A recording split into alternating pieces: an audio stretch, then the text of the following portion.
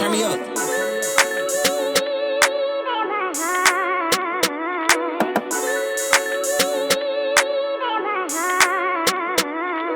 And just like that, we are back. Views from Section 400. Matt, Jack, Brian, full cast, full show. It's a Views from Section 400 podcast. Got winners and losers this week.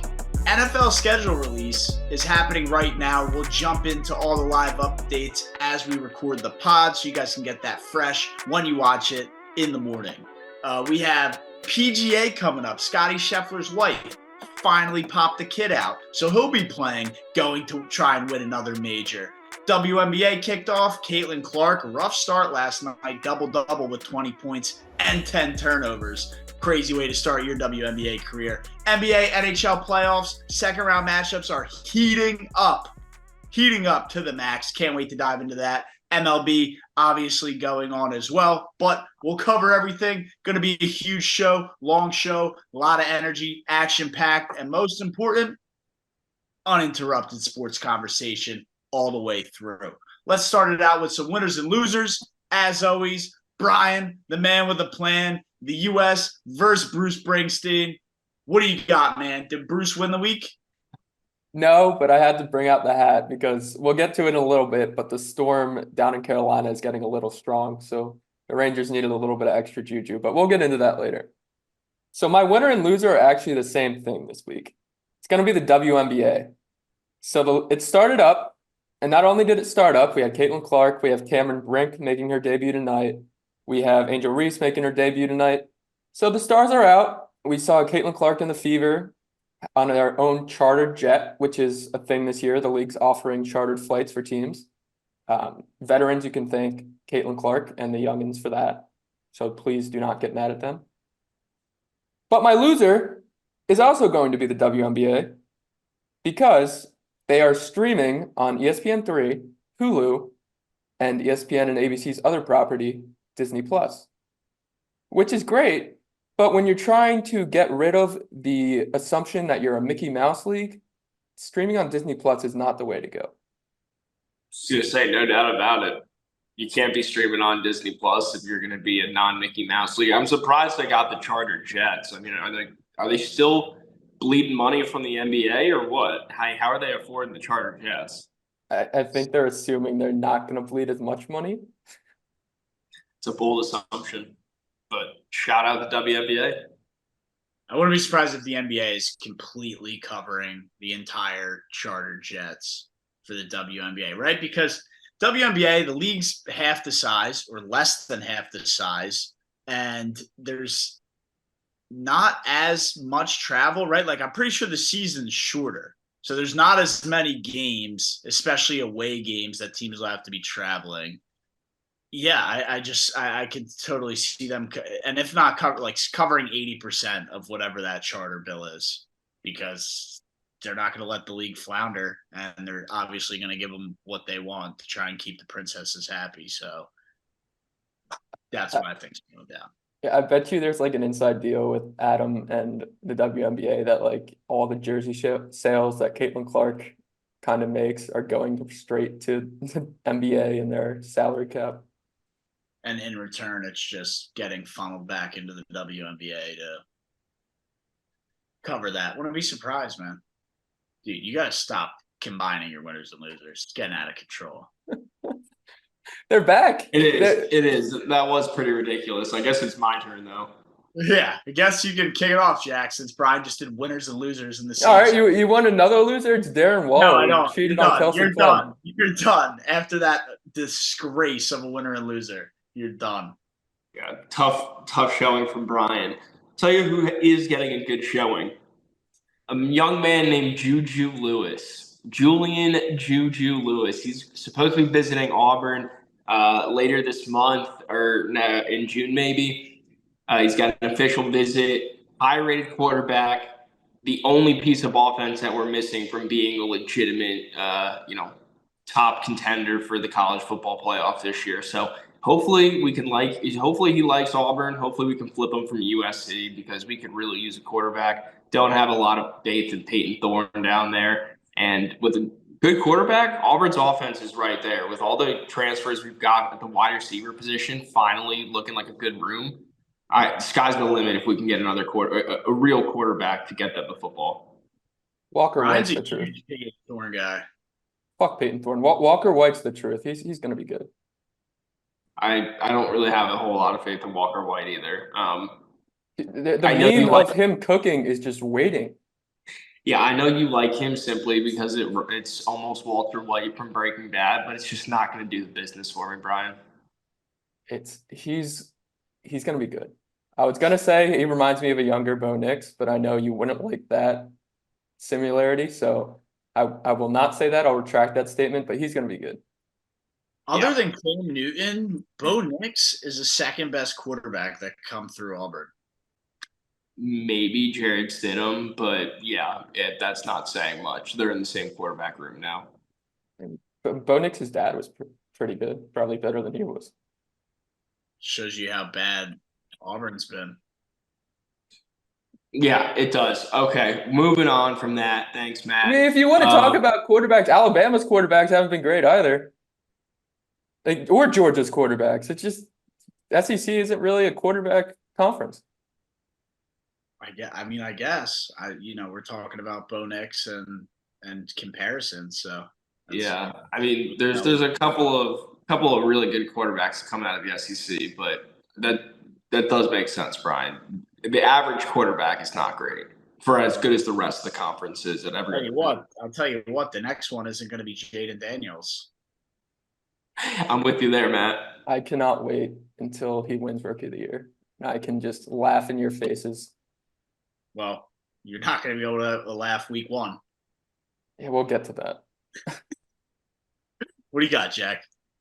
My loser of the week, in honor of the schedule release happening any minute now, is going to be my Jacksonville Jaguars. We will once again be playing 2 games out in London because that's just our second home or whatever you want to call it. To me, it pisses me off. Every year we had a game out there and now it's 2 games out there. I mean, it's cool, getting the international fans involved, but why do we have to have 2? A home game and an away game every year now. Like, that's going to be the new thing. Dude, you guys have been the solidified franchise going over there for the last however many years they've been playing overseas. So, look, I mean, there's been a fan base of Jaguar fans over there. You can't switch it up now. You've already established the franchise over there. It's only going to get worse, Jack.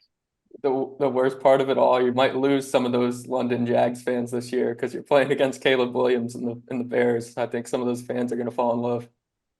Yeah, well, that's week 6 or something like that, I think is what they're projecting. That's going to be fine, dude. I mean, 6 weeks in, Caleb Williams still going to look like a rookie. We're going to tear him up with that new defensive line that we have. I'm not worried about that. We're going to get a win out in London in that game. Bears defense is very good too, though. So I wouldn't say the Jags are going to run up the score either. Could be a tight, low-scoring battle.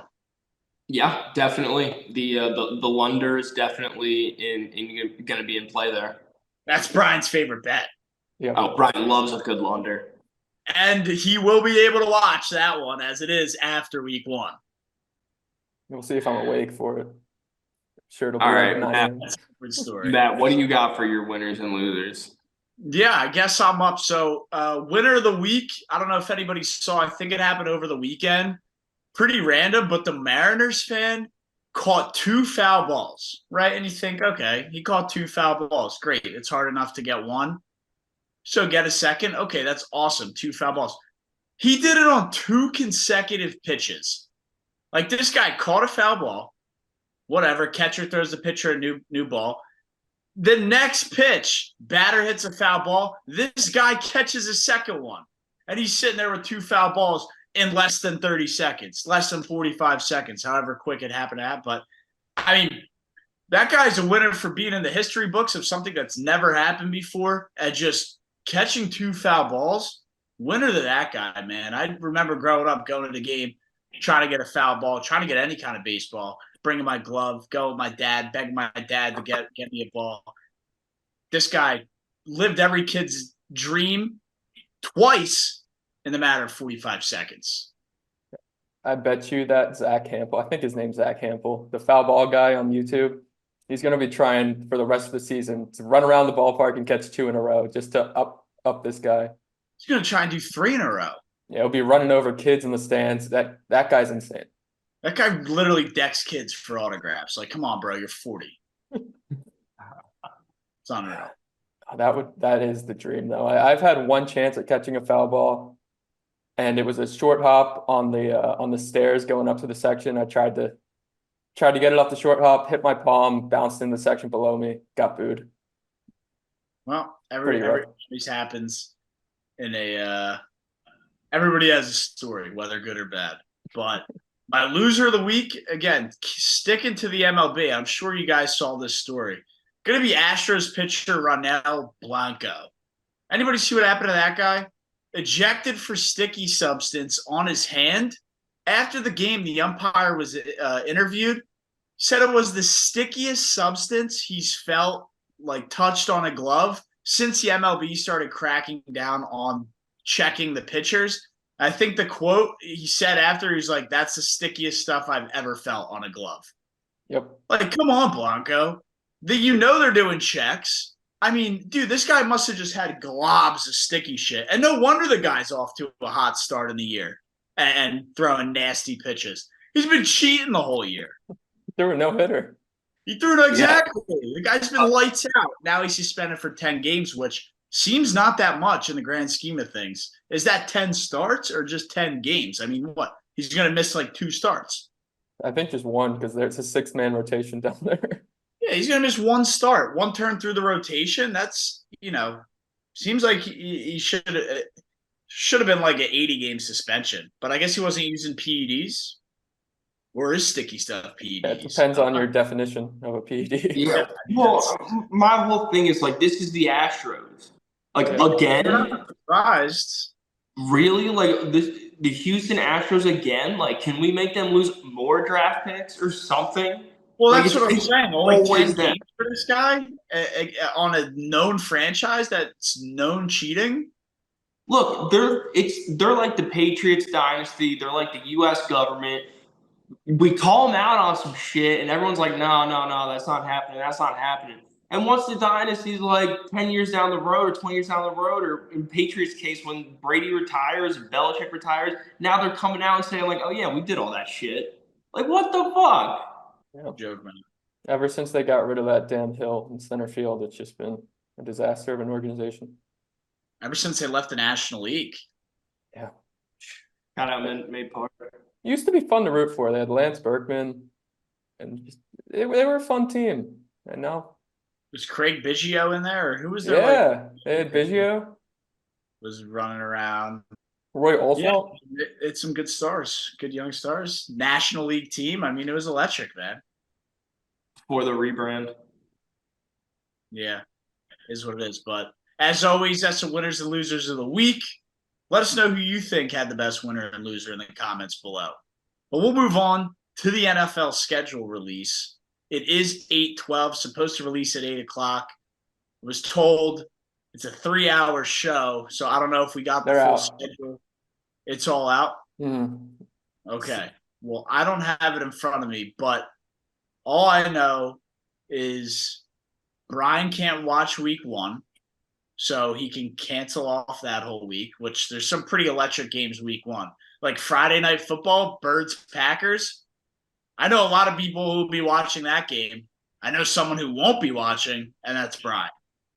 Yeah, so Brian, why don't you remind the people why you can't watch week 1? So I don't know if you guys I need I'll take your judgment on this, and you can tell me to fuck off, and I will fuck off. In the clip, I said, if Saquon Barkley signs with the Eagles, I will not watch Sunday NFL Week 1. So does that mean I can watch the Thursday and the Monday game? I won't allow it. Week 1, all of week 1. I don't want to be soft here, but Matt, I think we might be a little ridiculous here. I think we should give them Thursday or Monday. Okay, yeah, technically it's Thursday, Friday, and Monday, but I can skip out on the Birds Friday. No, if anything, I would say, Well, I don't know, man. Have some fucking integrity. I know. I was rewatching the clip back, and I did say Fuck. Sunday, so that's my only thing. But like I said, you guys can tell me to fuck off, and I'll fuck off. I think you should be a man and take like a man and miss out the Okay, entire. I'll miss the whole thing. I'll miss the whole thing. That's fine. Sounds like Matt wants you to fuck off. I just think he's trying to wheel his way back in. That it's going to turn into, oh well, I can watch America's Game of the Week because it's considered a primetime game. Oh, I can. Okay, I just won't do the 1 o'clock game. It's Brian's like a fucking Democrat. You give them a little bit, and then they want a little bit more. I said on Sunday. That's all I was asking for. But if I can't, then that's fine. I'll take my L. I deserve my L. And The only thing I was gonna say, my only way in was gonna say I'll allow you to watch the Eagles game, one, because you'll be witnessing the best team in football, and two, we need to probably see an anti-Eagles parlay for week one. So that was going to be my only there. You'll get an anti-Eagles parlay. Right. And then that's what I thought of. I was like, well, he can still give one and not watch the game. So for me, 0 games week one. You know what you have to do, Brian? During the Eagles-Packers game, you have to follow it live on the box score and track your anti-Eagles parlay live from the box score, not from the game, from the box score. That's a good idea. Maybe I'll live stream it of just me watching the box score. It should be some entertaining. If you want to subject yourself to that, go for it. But how do we want to do this? We just want to go through the primetime games here or go through our team schedules? All right, so we'll start off. NFL has released the schedules. So since it's fresh, everybody's talking about it. We're going to get our first look, first run through the schedule. I'm sure we'll do this again right before week one. But first glance, first look, I'm going to read off the Giants schedule. Brian's just going to say win or loss. We'll tally it up at the end, and that'll be the first reaction of the Giants 2024 win-loss prediction from Giants superfan Brian Houck. Ready for week one? Yep. Week one, at home game at JetLife, just before 9/11, so they'll be doing all the theatrics for that, against J.J. McCarthy and the Vikings, or Sam Darnold returning to JetLife? That's a win. That's a win. Close win. That's a close win. All right. At the Commanders, Jaden McDaniels coming for blood, who has you clearly convinced he's going to be an MVP caliber quarterback. Just because you said his name wrong, I'm taking the Giants 2-0. I said Jaden McDaniels. Oh, is it just Daniels? Yeah, you mixed up Josh McDaniels and Jaden Daniels. I did do that. And I've been watching a lot of who was the guy on the T-Wolves last night? I had him in a player Josh prop. McDaniels. Yeah, I had him in a player prop, so he's saying his name a lot last night. Anyway, travel to wait, what did you say? Win? Yeah, it's a win. 2-0 for the New York Giants through starting off 2-0. Oh God. All right. At Cleveland against the Browns. That's a loss. Home against the Cowboys in week 4. That might be a 50-point loss again. Travel the next week, 4:25 on CBS. Oh, by the way, that Cowboys game's Thursday Night Football. Does that change your opinion at all? No, because they play on Thanksgiving later, and that's the one the Giants will win. Okay. Week 5, travel to Seattle to take on the Seahawks. That's another 30-point loss. I feel like sometimes the Giants play well out in Seattle. Well, they got shit pumped at home against Seattle last year, so I don't see it going any better this time around. Especially out there. At home, 8:20 Sunday Night Football against the Bengals. That's a loss. So what are we, 2-5? Especially if Joe Burrow's playing like we know how he can play, that could be a Joe Burrow 350-yard game. Yep.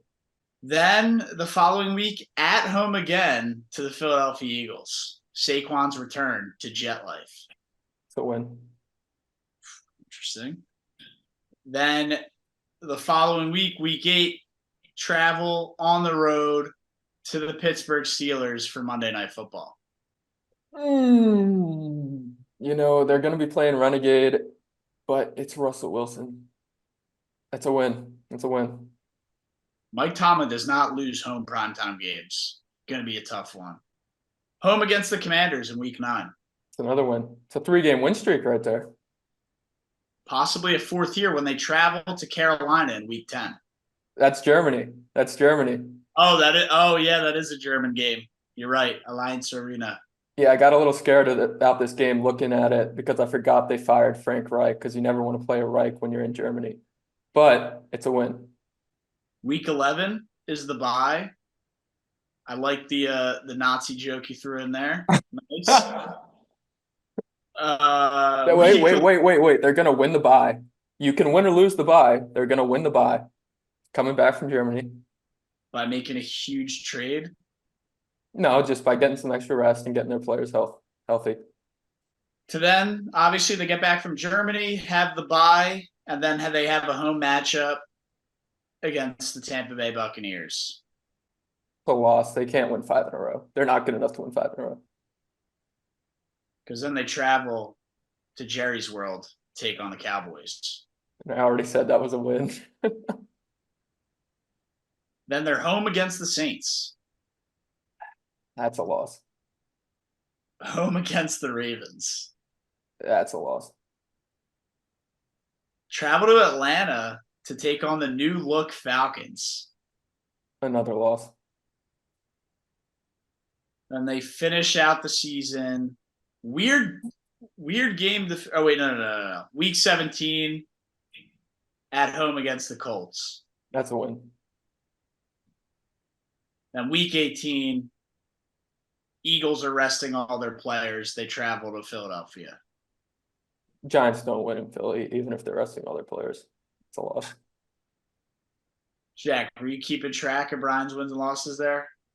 Fuck no. Oh, I thought you were fucking on top of that. I think I had him at about 500. I said 9-7 in my prediction way long ago before looking at the schedule. So I'm going to stick with 9-7. I think I had them around 9-7. All right, Jack. Their Jaguars, tough end of the year last year. Big bounce back year this year. Let's see how many wins they got in the tank. Started off against one of the worst sports cities, according to us, in Miami against the Dolphins. Yeah, that's going to be a tough week 1 matchup. I think we're going to lose that game to open up the season. We usually don't start great. All right, so we're 0-1. Next week, you're back home, taking on the Browns. Win. All right, 1-1. Then you travel up to Buffalo with the newly acquired Buffalo statue front and center, take on the Bills, decimated Bills. Win. 2-1. Then you travel to, they call it Jerry's World in Dallas. It might be Stroud's World in Houston, NRG Stadium. That's a loss. All right, 2-2 through 4 weeks. Then you get an easier game, I guess. Depends how good Anthony Richardson is if he's healthy. But you host the Colts at home. Yeah, the Colts are never an easy game, home or on the road. I have a feeling we're going to lose that and go 0-2 in the division to start off. 2-3, not looking great. Then you get the Tottenham Hotspur home game, I guess, against the Bears. That's a dub. We're beating the Bears for sure. All right, you're 3-3. You're not leaving London. You're staying there for a full week when you take on the Patriots at Wembley. Another win. All right, up to 4-3, over 500 for the first time this year. Week 8 against the Packers at home. That's a win. 5-3. And then in possibly the biggest game in Section 400 history, Week 9, Sunday Night Football, Jags traveling up to the Link to take on the Philadelphia Eagles. That's a loss. Come on, man. In Philly, Sunday night. Yeah, that's a loss. I can't wait for the live stream for that one. All right, we're 5-4 now. Live stream? Brian, I might be on the 50-yard line shirtless. You mean Section 400 shirtless? Probably both. All right, well, Week 10, you get an easier game at home against the Vikings. Win. All right, you're 6-4. Then you travel to Ford Field to take on the Lions. That's not Thanksgiving. It's the week before Thanksgiving. That'll be a good one, but we're gonna win that game too. All right, so we got you at 6-5, 7-5, 6-5, 6-5. Then you get your bye, which you lost last year. So I hope you win your bye this year. Me too. Then you host the Texans at home. We better fucking win our bye because we need to win that game against the Texans in week 12. So All right, 7-5, traveling to Nissan Stadium. First matchup against the Titans, not till week 14. Well, yeah, Titans are a reloaded team, but we still have their number. If Will Levis is their quarterback, we're gonna have their number. all right, 8-5. We'll see if Aaron Rodgers' Achilles is still intact for this one. But you're taking on the Jets at home. At home, You're home. Ever been. win. All right, 9-5. Then you travel to Vegas, take on the Raiders. Win. 10-5. Home against the Titans. Win. 11-5, and you finish it off in Indy against the Colts. Loss. 11-6. I don't know if that'll be enough to beat out the Texans. Probably make the playoffs, but With an 11-6 record, we would make the playoffs. might not be enough for the division. Might not. All right, well, that's pretty realistic there for a Jaguars season. Yeah. You know, that actually makes me feel a little bit better going into the season. After all the offseason news, this and that, 11-6 would make me pretty happy. That's a playoff bid right there. Anything can happen once we get to the dance with Tuck and P at the helm. All right, Matt. Ready for your Eagles? You're probably gonna have the most fun with this exercise, but here we go. Week 1, out in Brazil with the Green Bay Packers. So biased, obviously, I think we win that game, but like unbiased, I don't know that they come prepared. I don't know that they're ready to go. I think it could be a loss. But for the sake of the exercise, they'll say win because I'm not saying we're going to lose to the fucking Packers and Jordan Love. So win. But I want to be Week 2 at home against the Falcons. prime time Monday Night Football, easy win. Falcons have a quarterback issue with the guy who's making $150 million, and then Michael Penix, who we don't know if he'll be injured, whatever. Week 3 in New Orleans playing the Saints. CJ Gardner-Johnson return home. Could be a tough game. I'm going to say win because I just don't think the Saints are that good. They're not up to par with who you might be able to keep it close. I just think the Eagles, top to bottom, are way better. And all I think of is Derek Carr. Week 4 at Tampa Bay. Team that gave you a little bit of trouble in the playoffs last year. Yeah, but we kicked their ass in the regular season last year on the road as well. So I think early in the year they get the job done, win. All right, so 4-0 to start the season, heading into the bye. Looking good for the Philadelphia Eagles. Week 6, you're at home against the Browns. If this was on the road, I'd say loss, but it's home. I'm going with a win here. All right, and then week 7, you're traveling up to Jet Life, playing the Giants. Saquon statement game, easy win. Maybe Hurts doesn't play as well, but Saquon takes over and proves why the Giants should have offered the guy money. Week 8, you're going to Cincy, playing the Bengals and Joe Burrow. At 7-0, is this where you get your first loss? I think this is where the first L comes. I think they'll struggle in Cincinnati at the home, just with the away crowd. I think Joe Burrow will get the extra calls down the stretch from the refs, and I think the Bengals do pull out a win in what should be a close and good game. And then you're hosting my Jags week 9. Perfect rebound spot at home, Sunday Night Football. Didn't we play, was it last year we played the Jags and won by 2 scores? So yeah. I think kind of same result. I think the Eagles will be able to handle them. Win. 7-1, traveling to Jerry's World to play the Cowboys. They don't particularly play well on the road in Dallas. I think we always end up splitting with the Cowboys, so I'll say this is a loss. 7-2, Thursday Night Football against the Commanders. Look, Jaden Daniels doesn't scare me. That receiving core doesn't scare me. Their defense doesn't scare me. Eagles top to bottom, way better team. It's a primetime game as well. It is at home. I'll take the Eagles to win that game. Terry McLaurin's nickname is literally Scary Terry. I'm not worried about it. 8-2, heading into week 12. You had a little bit longer of a week after playing on Thursday. You go to LA to play the Rams at 8:20 on a Sunday night. I think this could be a tricky game here for the Eagles. I really do. But I think they got enough, and they actually play pretty well out in LA. I'll say they get this one done, and they'll win. 9-2, heading into week 13, playing in Baltimore.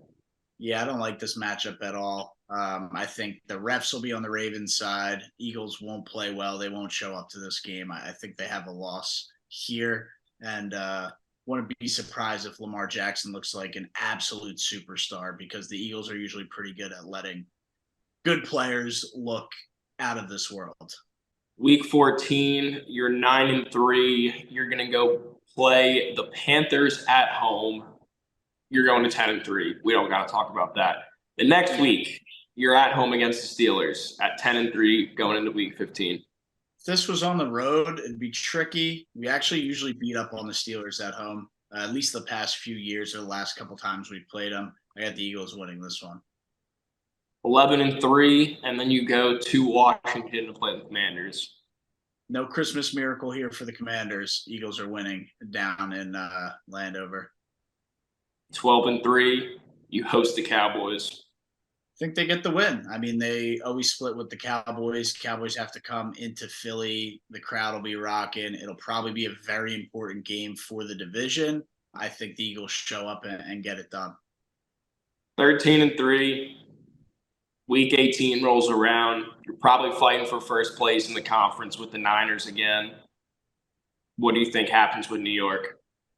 I mean, if the Eagles have it wrapped up, they'll probably throw in the towel, and maybe the Giants will squeeze out a win against the backups. But like Brian said, the Giants have not had much success lately traveling to South Philadelphia, so I'll take the Eagles to win.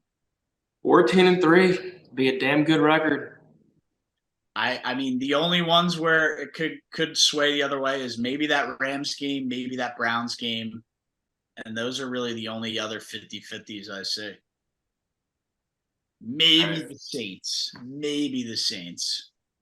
Other than that, I got them at 14-3. I think comfortably 12 wins.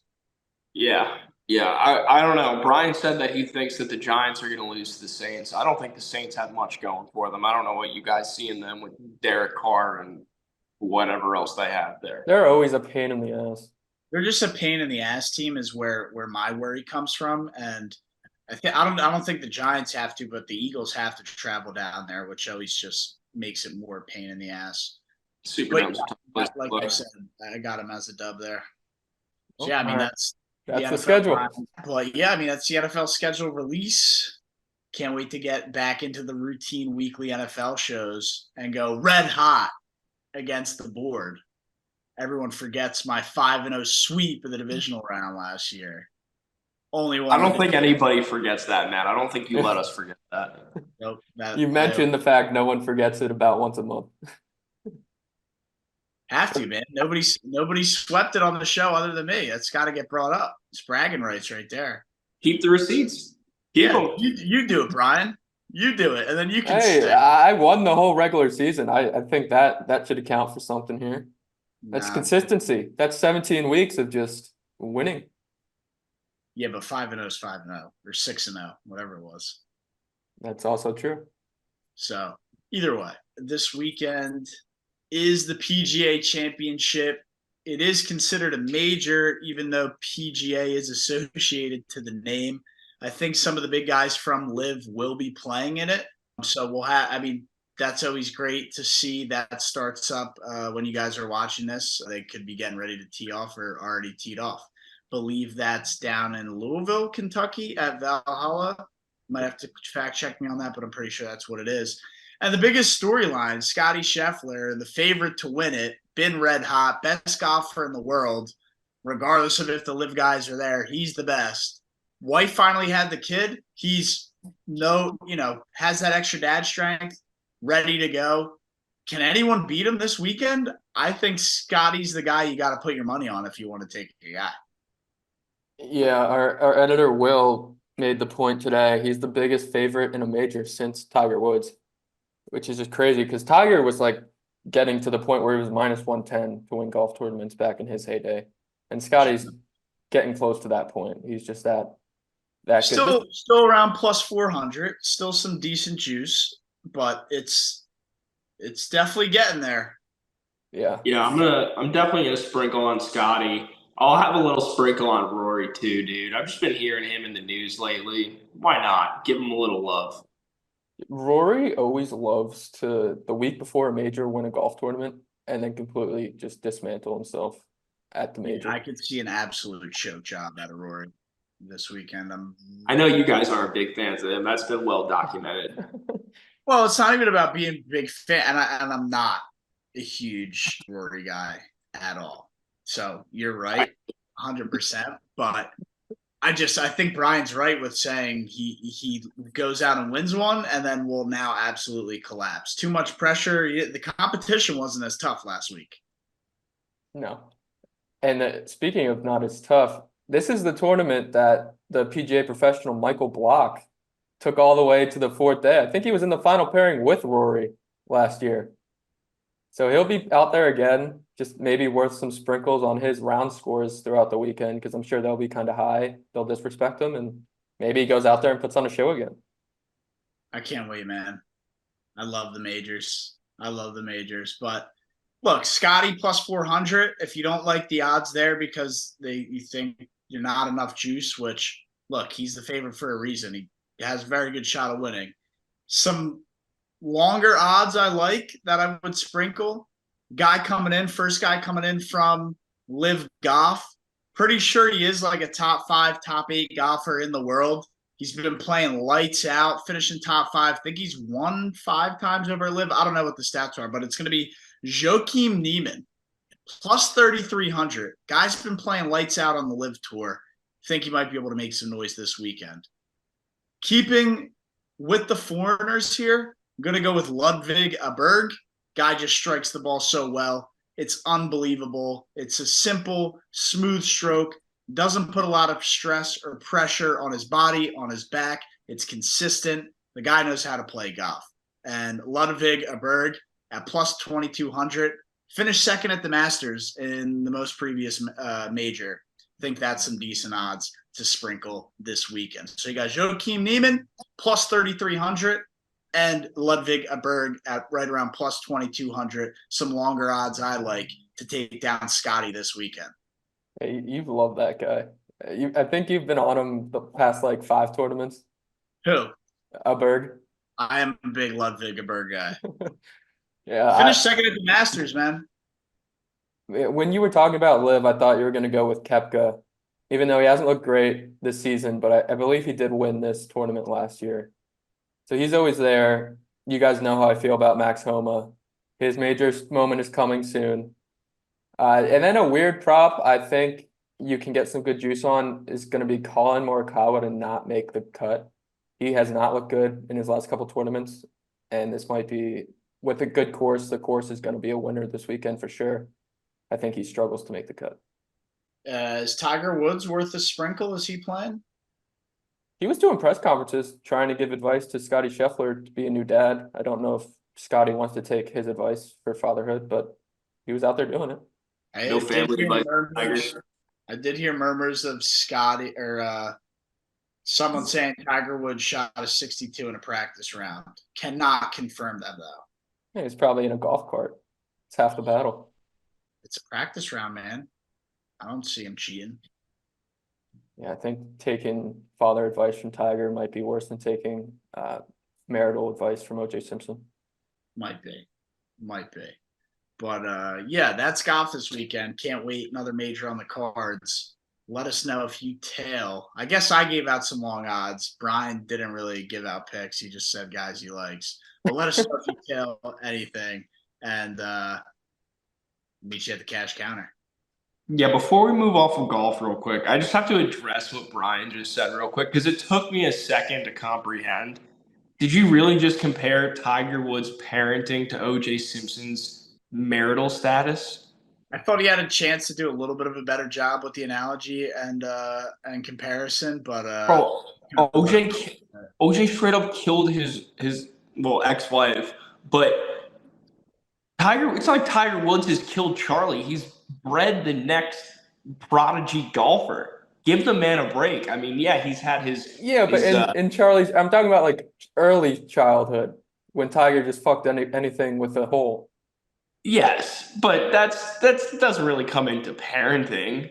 I mean, you're not being a great parent, but it's not like he's abusing his kid or something like that. That's I not said OJ it. level. I said it might be worse. I didn't say it was worse. Oh, it's not worse. Stop it. Let us know in the Unbelievable. comments. in the comments what you think. Let's talk about some NBA playoffs. The NBA playoffs are obviously red hot right now in the second round, heating up, getting crazy. Our Thunder, yes, our Thunder tied 2-2 at home tonight against the Dallas Mavericks. We need SGA to show up. We need Chet Holmgren to show up. Lou Dort needs to go hit 5 threes. And somebody's got to get a hand up on PJ Washington because that guy's been going off. Hey, I mean, SGA has been the guy on the offensive end, but Kyrie and Luka right now are in the torture chamber. Lou Dort is putting on a show, a defensive clinic. I love to see it out of Lou. Yeah, this has been a very fun series from the start. I mean, Luka and Kyrie and the experience looked like they were going to be too much for the Thunder, but they clawed their way back, and it's been fun, man. I've been really enjoying it. SGA definitely did his thing and willed the Thunder to a win in Game 4. Got Game 5 tonight. Let's see what happens. Let's go Thunder. Keep the future alive. Yeah, SGA 7 more points than Luka and Kyrie combined. And it's only right for the Thunder to go on a run now. I don't know if you guys saw, but the OKC, $1.7 million winning ticket that could have been if OKC won, he cashed out for 80 grand. So naturally, the Thunder are going to go on a huge run. Yep. Hey, congrats to you, guy, but not a friend of the pod. You're not one of us. Congrats to you, man, but have faith. And I understand $100 into 80 grand, it's a lot of money. I can't fault you for that, but naturally the Thunder are going to go on a run. That's just how these things seem to play out. So thanks, I guess. What do we got next? Knicks Pacers. Did the Knicks wrap that series up last night? They're up 3-2. No, they won, but it's 3-2 now. That was my point of the question. Did last night solidify the series? Yeah, well, it depends how you look at it. I mean, the Pacers are going to win at home. It's going to go to 7.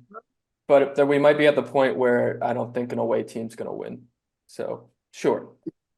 That's exactly how I feel about it. This has just been whoever's at home, they're blowing out the other team. So that's how it's going to finish.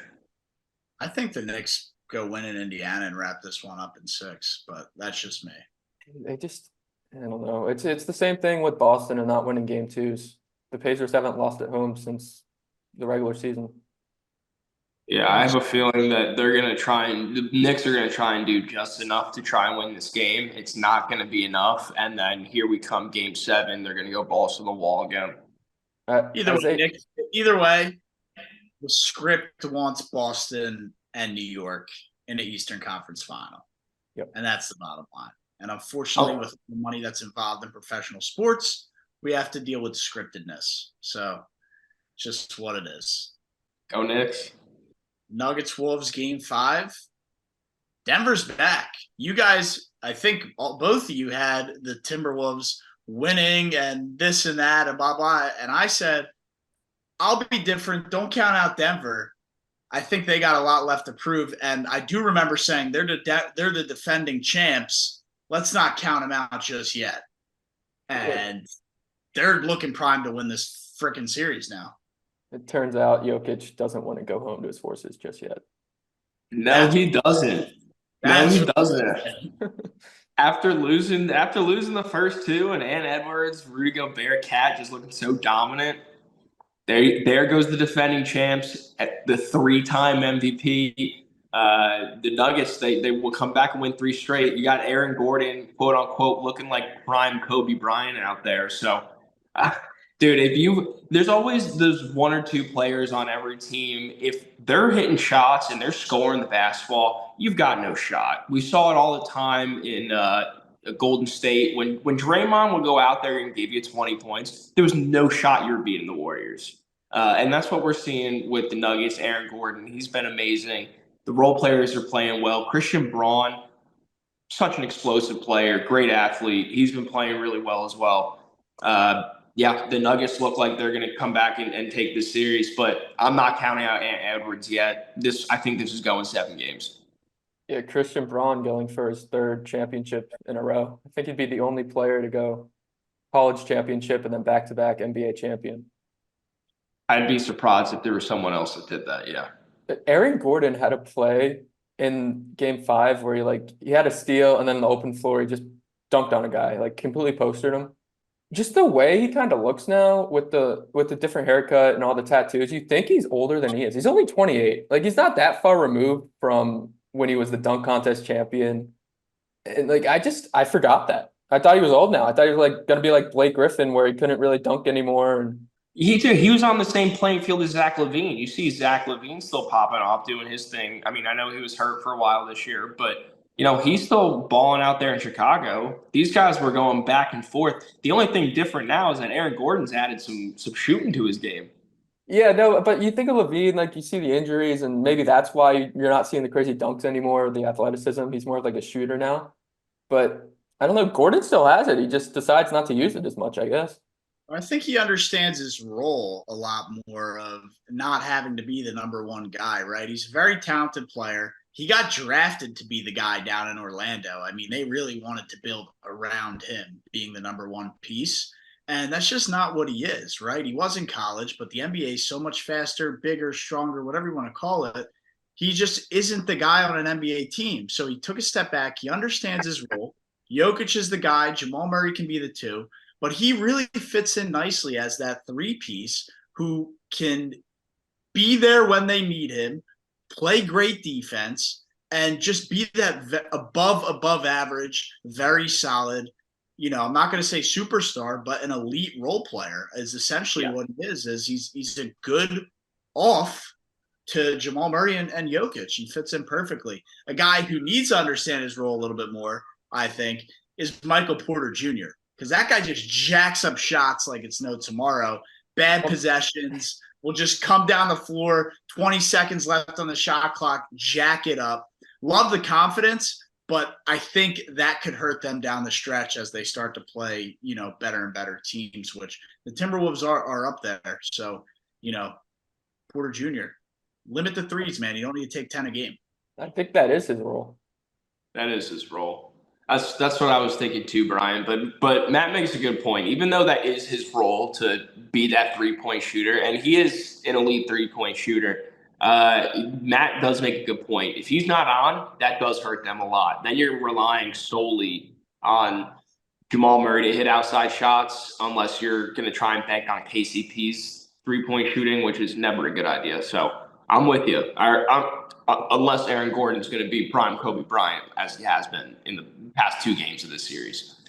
Yeah, Jamal Murray Jamal still isn't scoring that much. I mean, he played well down the stretch in game 5, but up until then, he had 10 points all game.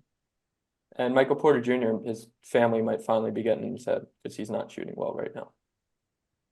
I was going to say, Michael Porter Jr., maybe he doesn't have to take the step back, maybe still jack up the threes. But there's nothing more infuriating, even just watching as a basketball fan, when there's 20 seconds left on a shot clock and they just jack up a contested, logo 3 that is just a total possession killer. And I think that just comes with being mature and having maturity and knowing how to play the game the right way. And, some of these guys they let it fly. And in Michael Porter Jr. case, I don't think that he makes them more than he misses them. Well, it depends what game. I guess it depends on the game. I think you're just describing today's NBA. Yeah, possibly, which is just a chuck fest. But the last game kind of on the list here, Celtics and Cavs. Did the Celtics wrap the series up yet, or what's the deal? I mean, It's Uh, going on right now. Game 5 is currently going on. There's 10 minutes left in the fourth quarter. It's a 5-point lead for the Celtics over the Cavs. Dude, the Celtics fucking suck. Donovan Mitchell's not playing again, and they're up 5 at home in a closeout game. Yeah, I don't have a lot of faith in either of these teams. I don't care who wins it. I've said it so many times. The East just does not excite me. I'm excited about the Knicks. They're a lot of fun to watch. I'm rooting for them, but the Celtics and the Cavs, I have not been watching too much of this series. It's just been Marcus Morris has 22 points. Marcus Morris is like 40 years old. Sam Merrill has 9. Max Strus has 8 assists. Like, the Celtics are not a good team. These things should not be happening. See Max Strus go off yesterday or in their last game. Yeah, then at the last possession, because Donnie wasn't there, he had to shoot a 50-foot three-pointer. Just like, did it go in? no, he back rimmed it. No.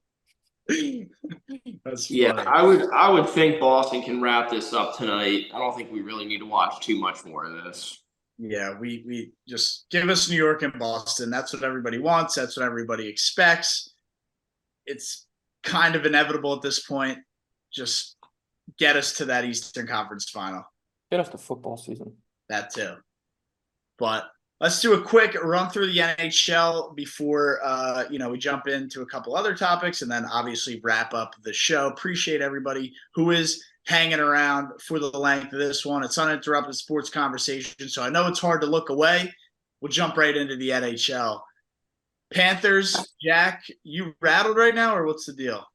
No, not rattled. Tough game, 2-1 game. The Bruins just played solid defense throughout this game, and these two goalies have been pretty dang good throughout this series. And, every once in a while, someone's going to have a better night than the other. I'm not worried about it. Panthers still up 3-2 in the series. They're going to get the job done tomorrow.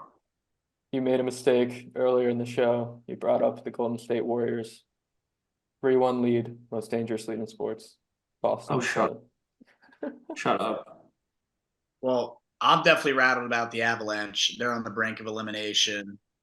The Avalanche, in fact, do not have the Stars to beat the Stars, as Brian tried to lay it out in the last episode. And yeah, the Stars are good. I thought they were going to be this, that fairy tale team who has a great regular season, gets the 1 seed, the whole 9 yards, and then falters in the playoffs. That's not the case. They almost choked Game 7. They had to go to a Game 7. Vegas almost had them. They did have them on the ropes. Stars pull it out, and now, I thought the Avalanche were far and away the best team in hockey. Starting to show some big red flags with their team, and maybe the Stars really just are that good. So, yeah, Avalanche must win tonight and must win the rest of the series if they want to avoid going to Cabo. Brian, do the Canucks have you a little rattled? No, because the Oilers are their team of destiny. I should have picked them instead of the Maple Leafs, but they blew that lead last night, and then with 10 seconds left, they score a goal to win the game.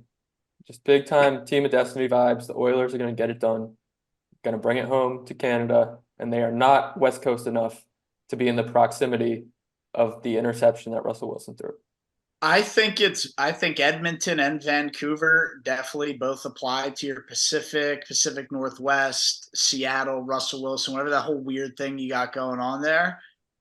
I think they both apply, but Vancouver 100% applies. Edmonton is close and I think should apply, but we'll wait until that gets down to actually having to get into it.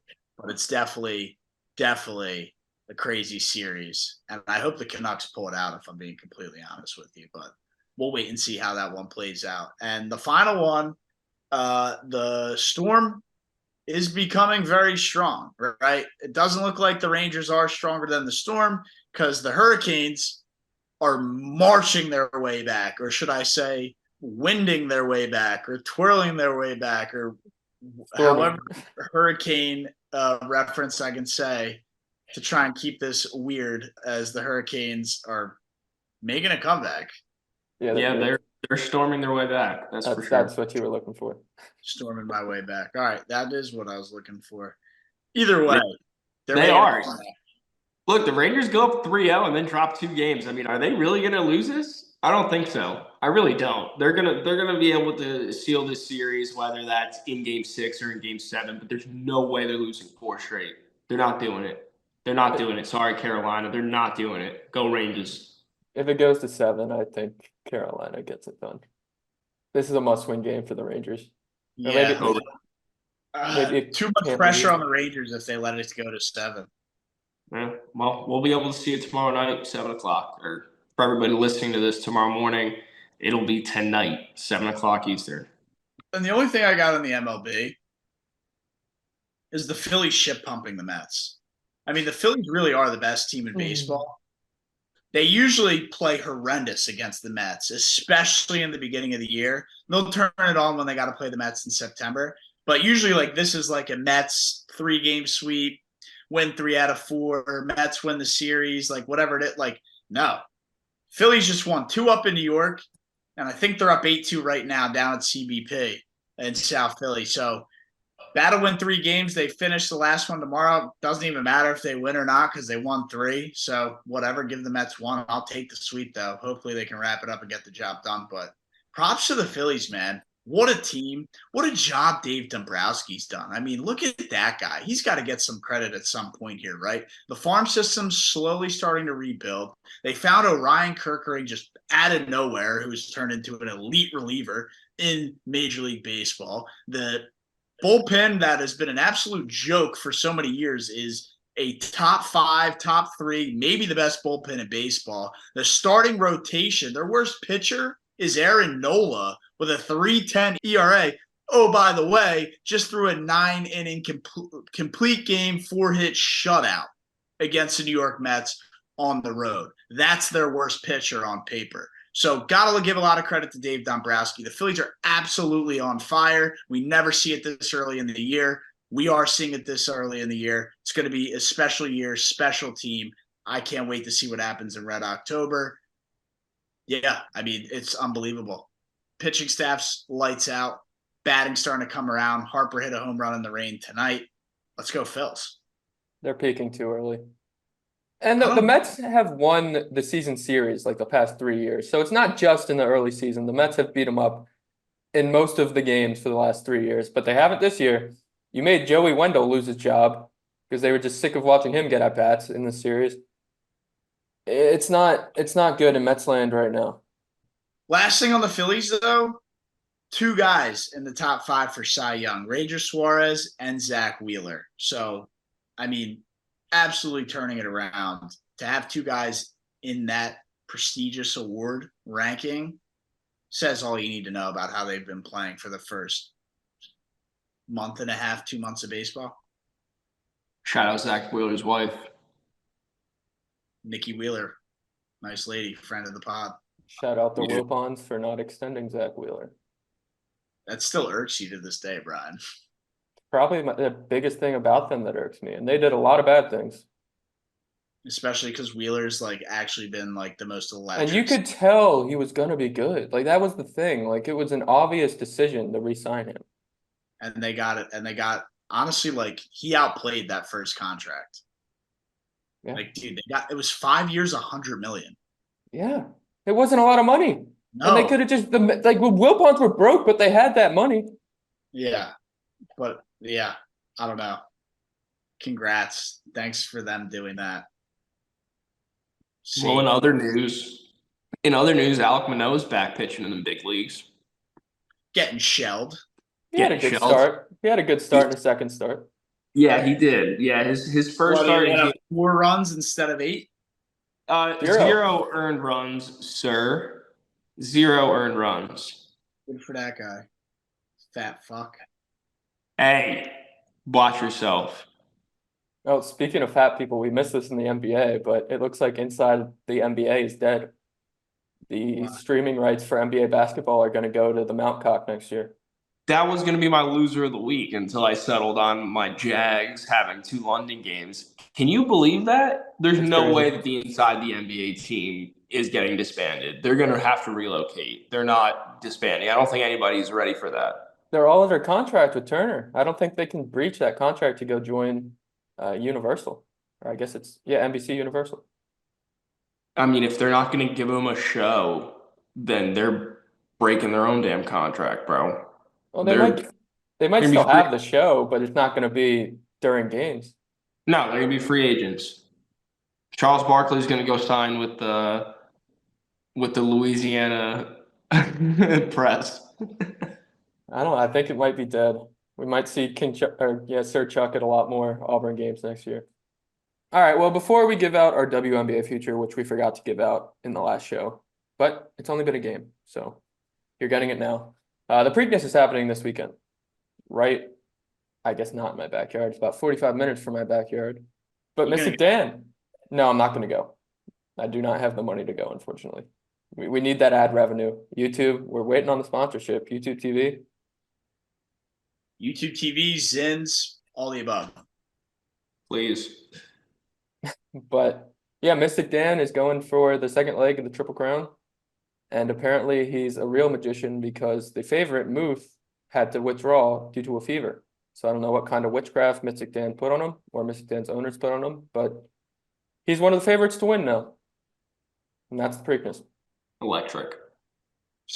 Tune in Saturday. I'll have a story with my betting, with who I'm taking, and the horse will win. So yeah, that's what you have for the Preakness. Thanks, Brian, for the insight there. Definitely will be tuned in to the horse racing on Saturday because that's always just fun to be a degenerate on. Yeah, let's get into some WNBA, right? I mean, it's clearly a lot more people are fired up about it. We'll give out a quick future, but I just want to touch on something that we were kind of early on. And, Caitlin Clark opening night, double-double, 20 points, 10 turnovers. So good way for her to get to double-double. But I don't think I'm as crazy for bringing up the Caitlin Clark to get snubbed from the Olympic roster. You saw last night firsthand how much bigger, stronger, faster it is at the pro level. And you got to admit, she looked a little undersized and a little overwhelmed at the pro level. It was her first game. It took her a half. She had 5 points after the first half and then had like 12 in the fourth quarter when they were trying to come back. After watching that first game and seeing how stronger, bigger, faster they are at the pro level, I mean, are you still convinced she's a mortal lock for this Olympic team roster? Because you said everybody should be fired if she doesn't make it. Yep. I think that's wild that you're convinced she's a mortal lock. She scored 20 points in her first game. She looked overmatched. She scored 20 points. They lost by 20. They lost by 10. Her team sucks. I don't know. Look, people don't score 20 points in the WNBA. It doesn't happen. I think she looked overmatched. If you score 20 points in the WNBA, you're considered one of the best players in the league. Yes, you are. And she just scored 20 points on a shit team against a good team. Brian, they have the fourth best odds. So how can they have the fourth best odds? But she's on the team. Right, and they just got blown out. Yeah, because they played a good team. They have the fourth best odds because there's 8 teams in the league and she's on the team. They were the worst team in the league last year. They moved up to fourth because they drafted her. Yeah, Brian, she had 10 turnovers. Because her team's bad. She had 10 turnovers. Yeah, she has to do everything. Yeah, right. She'll figure it out. And that's my point. If she's doing everything, you're like, oh, 20 points, so good. Yeah, if the ball's in her hand for 90% of the game and she's going to have 10 turnovers with the 20 points, it's not that impressive. It wasn't in her hands for the first half. And they were in the first half, they were down by like 20 because it wasn't in her hands. And then they put it in her hands and she brought them back. And they were down like 8 at one point before they went on a run because she got tired. I think if she makes the U.S. Olympic roster, it'll be a pity party move. She's one of the 12 best players in the WNBA. I still think that she will make the Olympic roster as a shooter. You can't tell me that you're not a little concerned after watching. It was game 1. It was game 1. Hey man, there's not a lot of games. You're only judged by so many games here until the Olympics start. Game 1. All I'm saying is I would be a little I don't have her as a mortal lock to make the roster, and I don't know how you could after watching last night. Mortal lock, no. But will she make it? Yes. Yeah, she will. Yes, she's going to make it. We'll see what happens in game 2. All right, well, let's give everybody our future bet. I've got a pretty chalky one up in my mind, but what about you guys? Are you gonna Well, the say the way Aces? Brian's saying it, he's got the Indiana Fever winning it all. No, they suck. I just told you they suck. Caitlin Clark's the best player in the WNBA, and now since they're the fourth odds, she makes them that much better, and they're going to win it all. They were the worst odds, and she made them the fourth odds. Sounds like they're locked to win it all. Who do you got? Got that Liberty, because I'm not gonna take the Aces and be chalky. Who do you got, Jack? Look, Brian, I can respect the play. You don't want to go with the highest team's odds. You want to go with the second highest team's odd because you don't want to be chalky. The Vegas Aces are even to win the championship and the highest odds for a reason. They have the best player in the WNBA on the team in Audra Wilson, who in game one had 33 freaking points to go along with 13 rebounds. You find me another player in this league who can do that. Those are Jokic numbers, okay? She's going to win MVP. They're going to win another championship. Nothing new is going to happen under the sun. Well, I didn't want to take the Aces, even though they're the absolute favorite. I said in my little write-up here, it'll be extremely tough to beat the Aces. Everyone's going to have them as the winner. I honestly thought that both of you guys would have them. Jack, you're usually Mr. Chalk, so not surprised. Brian, I thought you were going to be all over them as well. I was a little surprised you didn't pick them.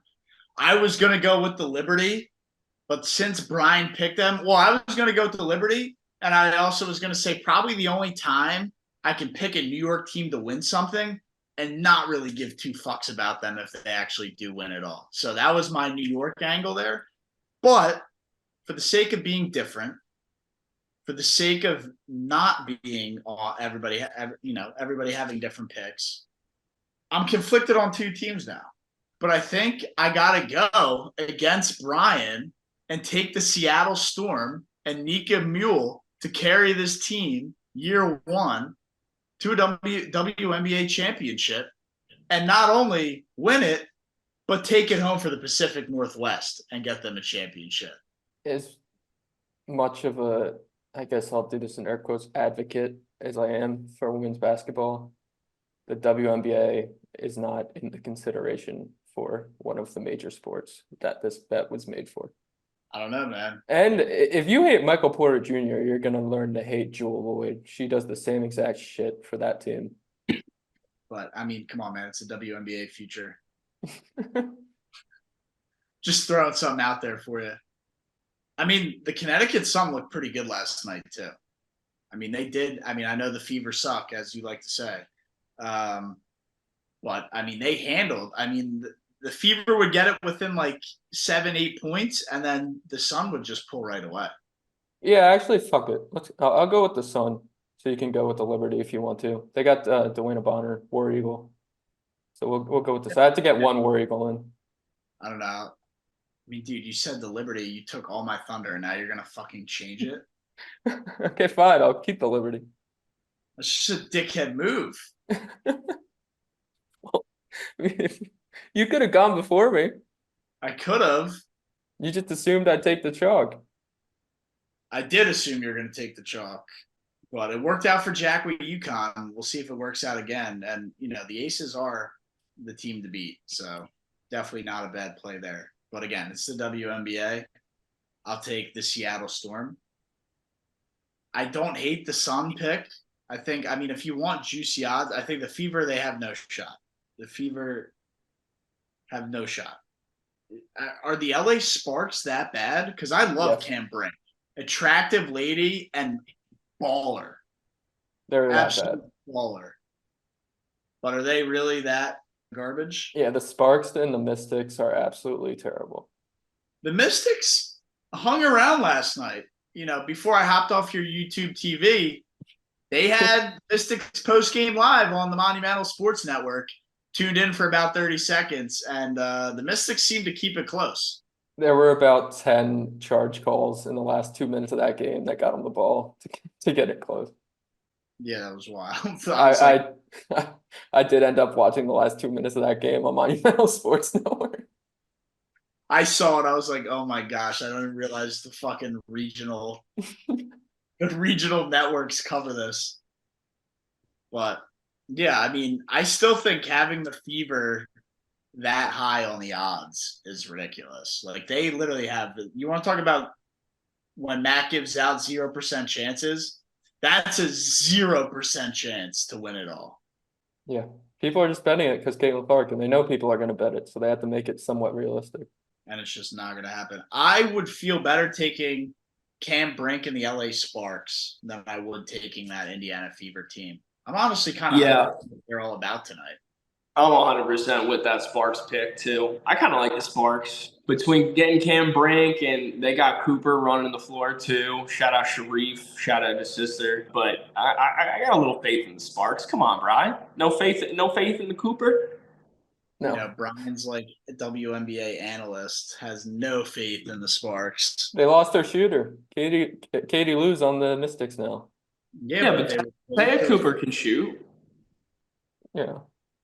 Dude, Brink could go out and do your fucking 20 points a night without the turnovers. Brink can go out and do whatever the fuck she wants to me. I mean, on the basketball court. That is also true. She is violently attractive. Violently. I think that's the sign to wrap things up. Yeah, as soon as we start going down the rabbit hole. That's the Views from Section 400 podcast, uninterrupted sports conversation. As always, Matt, Jack, and Brian. That's all I got, man. It was a long one, but a good one. Hope you enjoyed. Tune in for the next one. Follow us on all the socials, man. We're starting to catch some traction. Love to see all the support. And I'll catch you on the next one. Peace. Fuck you, Yale. Learn how to read a green.